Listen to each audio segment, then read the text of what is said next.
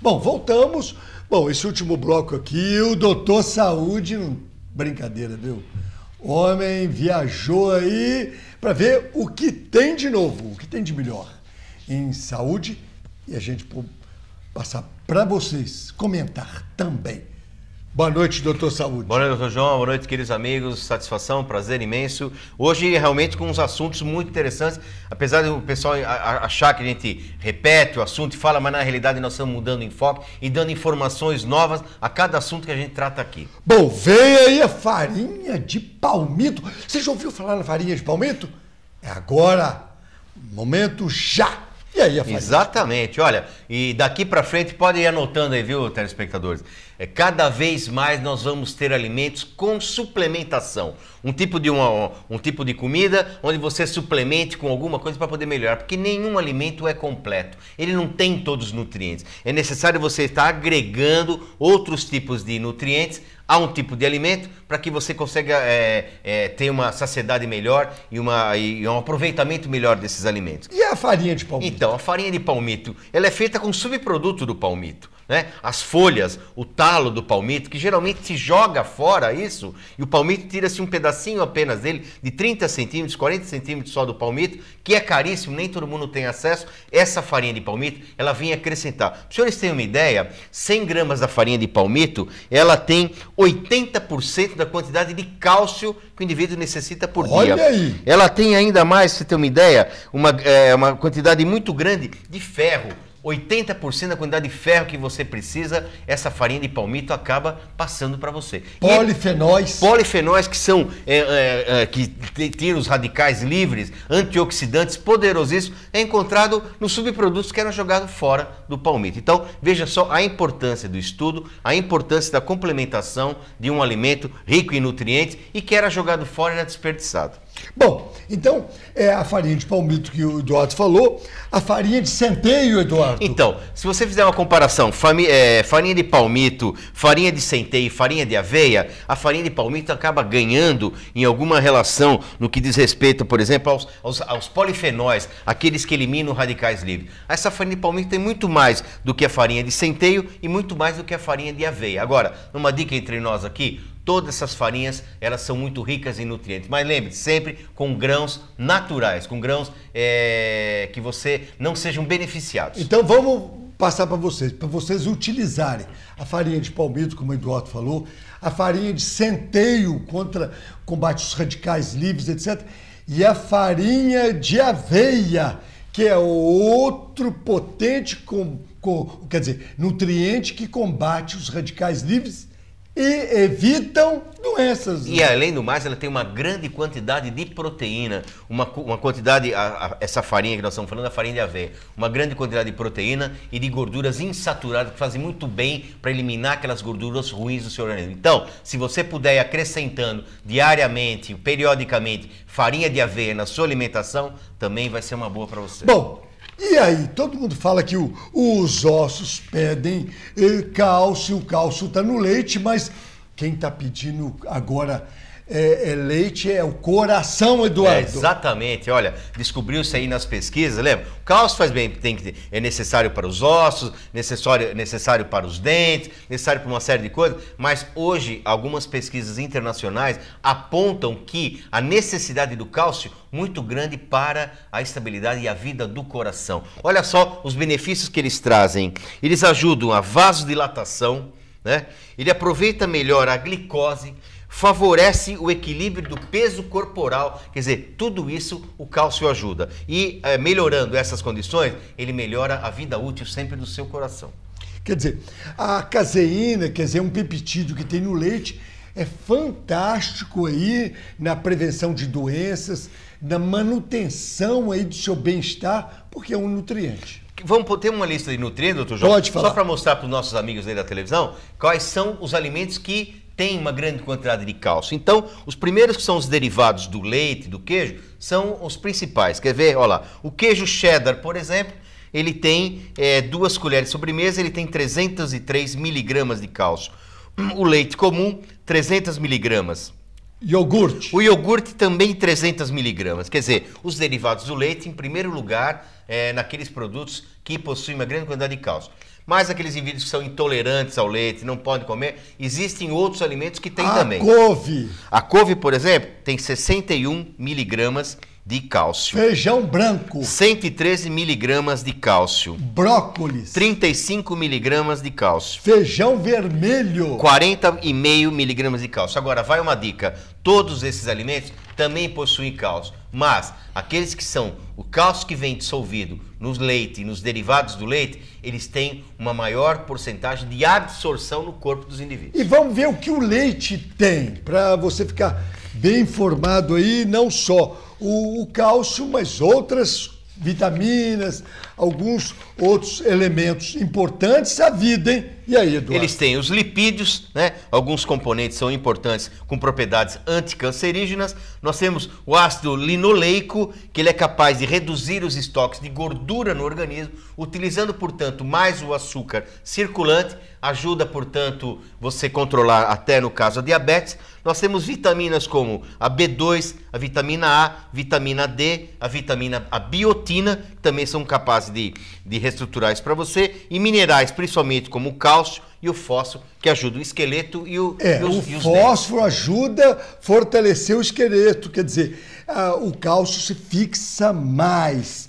Isso é importante, então, no dia a dia. E a gente tem que mandar sempre aquela dica, doutor João. O cálcio, ele é melhor absorvido se você tiver uma quantidade de vitamina D no seu organismo satisfatória. Vitamina D é aquela que você toma no sol, de 15 minutinhos aí a cada 3 vezes por semana, um sol sem protetor solar até 10h30 da manhã, ou então alimentos que tenham suplementos vitamínicos da vitamina D.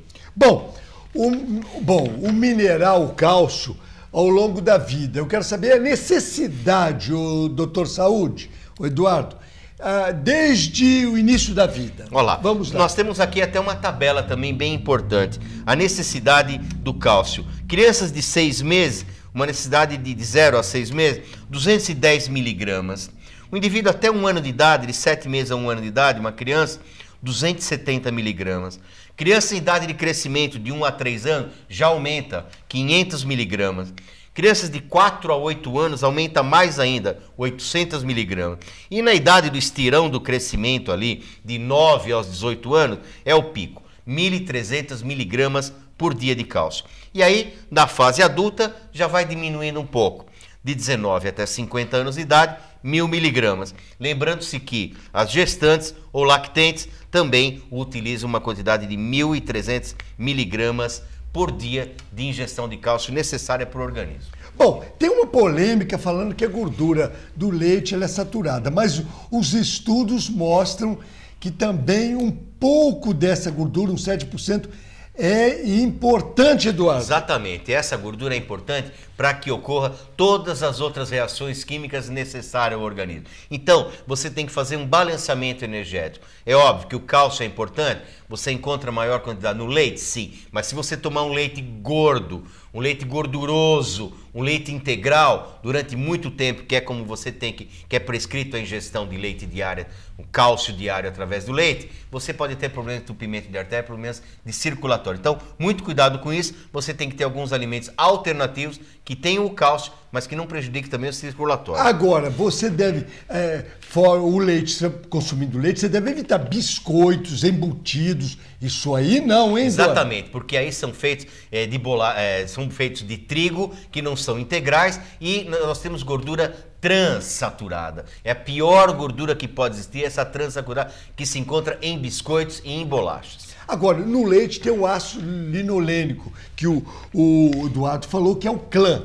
Ele, para o atleta, é fantástico, Eduardo. Exatamente, que ele acaba eliminando esse excesso de gordura circulante no seu organismo, melhorando, portanto, a queima do açúcar, melhorando os índices de insulina no seu organismo, equilibrando, portanto, o seu organismo. Bom, tem uma coisa que a gente poderia falar, nós falamos do coração, dos músculos, que ele ajuda, etc., dos ossos, mas o cérebro. Exatamente, a condução do impulso nervoso, os senhores fiquem sabendo que ele também interfere nos íons cálcio que temos no nosso organismo. Se você tiver esses íons baixos, você vai ter também problemas na condução do impulso nervoso, que vem do sistema nervoso central, que comanda praticamente todo o seu organismo. Bom, tem umas pessoas perguntando, doutor Saúde, ele gosta de comer um bauru e outro fala, eu gosto de comer o queijo quente. Eu queria que você fizesse uma comparação o que é mais interessante? Comer o bauru ou queijo quente para a saúde? É muito interessante essas comparações. O bauru todo mundo sabe, né? É o queijo, uma fatia de queijo, uma fatia de presunto e um tomatinho. E o queijo quente tradicional. Então, tem alguns quesitos que nós vamos debater. Primeiro, no peso certo. Peso certo, na realidade, em relação às calorias que nós estamos falando. O bauru, ele tem 290 calorias e o queijo quente, 345 calorias. Se quer diminuir um pouco as calorias, coma um sanduichinho de bauru. Tá certo. E o colesterol? Olha, o colesterol, na realidade, quem tem uma quantidade maior de colesterol é o queijo quente, né? O queijo quente, que é o queijo amarelo, tem uma grande quantidade dessas gorduras, enquanto que o bauru, com aquela fatia de presunto e aquele tomatinho, dá uma quebrada nisso. Então bauru. Escolha o bauru no caso do colesterol. E o que tem mais selênio, quer dizer, bloqueia os radicais livres.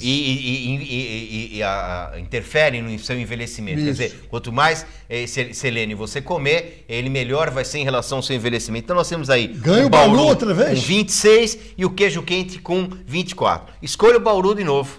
Bom, e para a circulação aí, com menos sódio, etc. O queijo quente tem mais sódio do que o bauru. O queijo tem 624, enquanto que o bauru tem 586. Ao contrário, quer dizer. Então o bauru tem uma quantidade muito maior de sódio quer dizer, do que o de queijo. O bauru tem mais sódio, pode aumentar até a sua pressão, reter líquidos e até engordar. Se você tiver com esse tipo de problema, escolha o queijo quente. Queijo quente, tem menos sódio.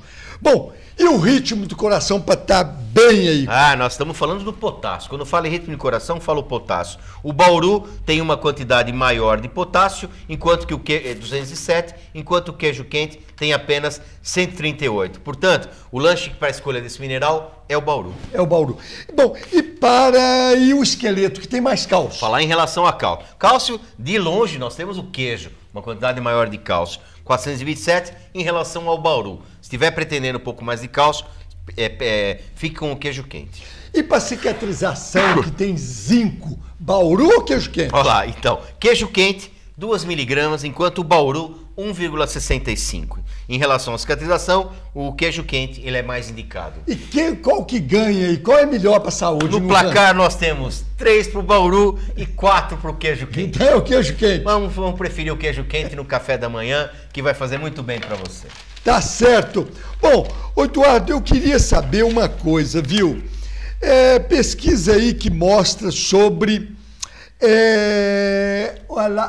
a labirintite. Existe cura para a labirintite? A labirintite, ela tem que ter o controle, né, doutor João? Precisa saber de onde provém essa labirintite. A labirintite, ela provém de várias situações, do próprio metabolismo do indivíduo, o equilíbrio, algum tipo de patologia que ele tem. Então, sempre é importante que você tenha um diagnóstico preciso de onde vem esse desequilíbrio que você tem aí em relação à labirintite. É o líquido que você tem dentro do seu ouvido. Se você fizer aquela brincadeira de girar sobre o mesmo ponto e parar, você vai sentir meio desequilibrado. Quando você faz uma viagem de navio ou de barco, você acaba sentindo essa labirintite. Agora, nunca deixe de consultar o seu médico no menor movimento que você tenha de tontura ou de alguma coisa desse tipo, que você não para mais em pé. Consulte o seu médico, porque se realmente for diagnosticado, ele é tratado e tem cura, doutor João. Tá certo. Bom, uma pesquisa alemã mostra que um determinado vírus ataca a célula cancerosa.